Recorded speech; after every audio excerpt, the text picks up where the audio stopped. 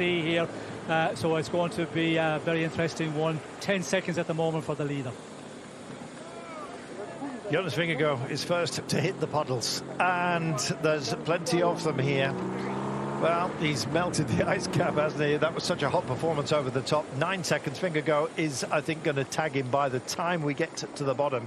Tadej Pogačar himself, he is a very assured descender, but he doesn't have the flow, the fluidity of Jonas Vingegaard when he is at his best. Here's Remco Evenepoel, who is only at 21-second margin as well. Could be a 3-up sprint by three of the principals, the trident, if you like, of those who we had hoped to be at their very best. The overbanding on the road here, like almost like licorice spaghetti, isn't it, as they've tried to repair the frost damage at these heights.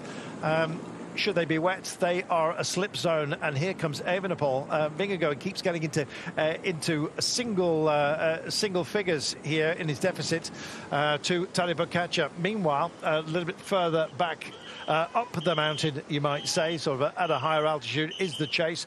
Almeida, Ayuso done such great work on the climb, and this is a sad thing to see. Richard Carapaz, Sean, still climbing. Yes, well, we did see he was, in difficulty a long ways down from the summit of the Galibier, and he's lost, a lot of time, almost 4 minutes here at the moment. Yeah, he knows that, it was always going to be difficult when the big hitters really start duking it out on this climb, and he's just walking away and get to the finish now. And it doesn't matter if it's going to be 4 minutes or 7 minutes to him. He's going to lose the yellow jersey by a long ways. And we can see, this man, 8 seconds for Vingegaard, so it was up to about 11 or 12 seconds. So Vingegaard is ascending very well. I was concerned a little bit that he might be a little bit, scared on the descent after his accident in the Pays Basque country, but not at all, because this man, he is really just sending at full gas here, Pogačar, and yeah, it's going to be a fight all the way to the finish here, but yeah.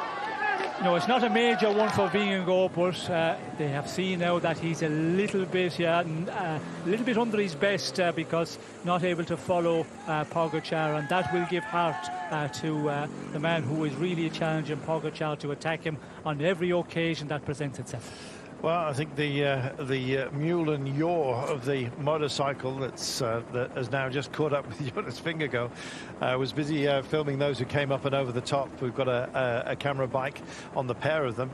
We're relying on a heli shots up here. Carlos Rodriguez is having a great descent as well. Maybe the belief of youth here.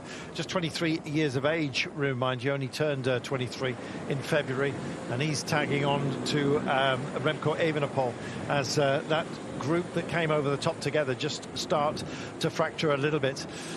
Still Pogačar pushes on. He's 50ping these corners, Sean. He's double checking into some of them, but Vingegaard must be dabbing the brakes as well. As you say, he's possibly dialing in just a little bit of insurance. It's a wake-up call, isn't it, whenever you have a bad accident? There was a horrible one on the Tour of the Basque Country. Doesn't matter how many times he's actually reconned this descent, there's still going to be that percentage, even 0.5%, which just doesn't want to push it to that absolute limit. Yes, always. When you come back from a bad spill and you break bones, it takes you a little bit of time to get that confidence back. When you have to descend at, real crazy speeds, which are doing here, as we can see, Pogačar, he's just, taking all the road up, out of the corners, leaving it room wide as possible. And that's what you've got to do when you're going at these high speeds. But yeah, Vingegaard is doing a great job, 12 seconds at the moment. It came back to 9 seconds. So, yeah, this battle is going to go all the way to the finish, I feel. 13 kilometres to go. And we can see Evenepoel is the one is, losing a bit of ground. He was at about 20 seconds. And on this mountain, there's just, the big favourites for this race. They're all scattered all over this final descent of the day. It's Roglic, just about to get onto the back wheel of the white jersey of Remco Evenepoel. But Carlos Rodriguez has tagged Evenepoel and gone by him. This is absolutely magnificent. 12.5 kilometres until we get to the finish line. And this man looks like he's going to hit it first.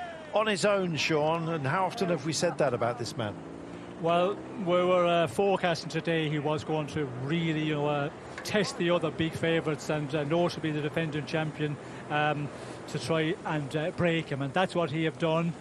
Although on the final climb I was expecting an attack from Pogačar a number of kilometres before the top, where he left it very late, but still we have seen that this man here, in difficulty a little bit, but no major disaster at all, because he's still very much in it, and get today's stage over with, and the days to come will be time for them to recover, and we're expecting him to get better when he gets settled into the race. That is the case for Vingegaard. He did say that this morning as well. These first week of the race could be the most difficult part for him, but yeah, he's defending very, very well considering where he's come from.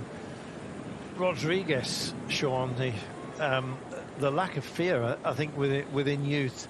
He's a spectacular climber, but he's showing he's an amazing descender as well. This is Remco Evenepoel, who's no mean descender himself, and Carlos Rodriguez has left him in his wake. Well, we see Carlos Rodriguez last year on the descent into Morzine, the way he was with the two men we have here leading the stage at the moment. He attacked them, and then they tried to chase him down, but he just went away and won the stage comfortably enough. He's a super descender. Remco, we know as well, he had a very bad accident a number of years ago in Lombardia, and I think he's not prepared to take as much risk, and certainly here, if you're a little bit off the real risk-taking, well, then you're going to have difficulty getting down. But it's not going to be a big difference between any of those guys, I think, at the finish. That 15 seconds, 20 seconds is not going to be, a disastrous day, considering it's the first big mountain of this tour to get settled into it. Some riders, need a bit more time, but definitely this man, Pogačar, is putting his stamp on this stage. Where on earth do you find time on Pogačar, Sean? Well, that is in always... what circumstance? Well, that is always the question. Pogačar, as we talked about earlier, he is such a champion. He can climb, with the best, better than the best. He can descend better than the best, or good as the best. He can time trial. He can do everything, and that's what makes him the great champion he is. Most certainly. Carlos Rodriguez is writing his own chapter here. There is Primož Roglič just chasing on with Ayuso. Is it Shower Almeida actually with him? Wait and have a look. This won't be long before they're back together, one would imagine. But this is Remco Evenepoel just tucked in as well. He's there may well have been a few sketchy moments out there that we've just missed, because Jonas Vingegaard has suddenly shipped 8 or 9 seconds in very, very short order. Sometimes, Sean, it's just not worth the candle, and as it stands just now, burning at both ends, it seems to be Tadej Pogačar, he's away. This is a good little group that we're here. Shout Almeida just tucked in, riding beautifully alongside Mikel Landa, who's had a great day.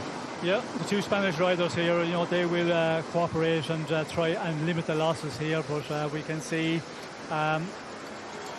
Vingegaard is losing a bit of ground here, 21 seconds at the moment, and you can see here on this part of the descent, this is where you need to have the power as well. You have to invest a lot, to keep the high speed here. It's not one of those descents where you can tuck in, real aero and let the bike just fly down. You have to work at it, and it's the stronger one, the stronger man here. Pogačar is just pulling his advantage out. 22 seconds back to Vingegaard. You can see Rodriguez there, 32 seconds. He's doing a very good one, and yeah, the rest, all just giving their all here in this final 8 kilometres to the finish. Well, their own gaps, of course, to those who sit behind them, and Richard Carapaz haven't got a clock on him at the moment, but I'm afraid he is he crests with getting on for 4 minutes as a deficit over the top. So the yellow jersey will be transferring, and the shoulders upon which it will rest, I'd like you to be this man if he just stays safe. He has been giving it absolutely everything on this descent. No margin taken, and very little margin for error the way he is going down here, but he seems confident and happy. A suggestion of a Superman tuck there, but anyway, stays on the saddle. Meanwhile, Jonas Vingegaard still alone, about to be joined here, Sean, by Carlos Rodriguez.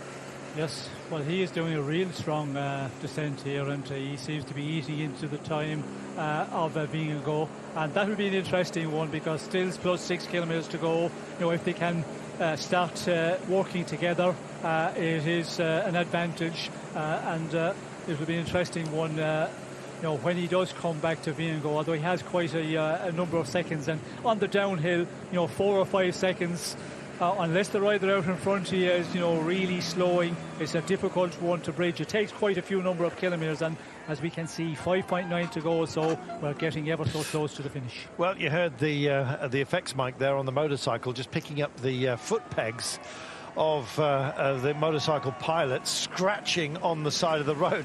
The bikes have got to get out of the gap here because Rodriguez is here, so is Roglic, and they have Juan Ayuso along for the ride as well. They're just about to draw back Jonas Vingegaard, and so a quartet, that could be a time trialing unit. You never know, Sean. It might be that they just have at least the closing of that gap, the reducing of that gap, if not the extinguishing of it within them. Yes, well, I think the man from UAE, Ayuso, he's not going to contribute at all. As you can see here, he's not taking it up as Pogačar just goes and duties pull on the front. And it will be interesting, the other three, you know, if they really cooperate together, they could, you know, pull back this advantage quite a bit, because just inside the 5 kilometres to go. But yeah, it's certainly going to be the stage victory for Pogačar, and also the bonus at the finish. You know, he will be really wanting to get the stage victory, but the bonus is also very important to him, and he's going to, you know, time trial all the way to the line. Well, it's had 8 bonus seconds, 3 clear of Vingegaard going over the top.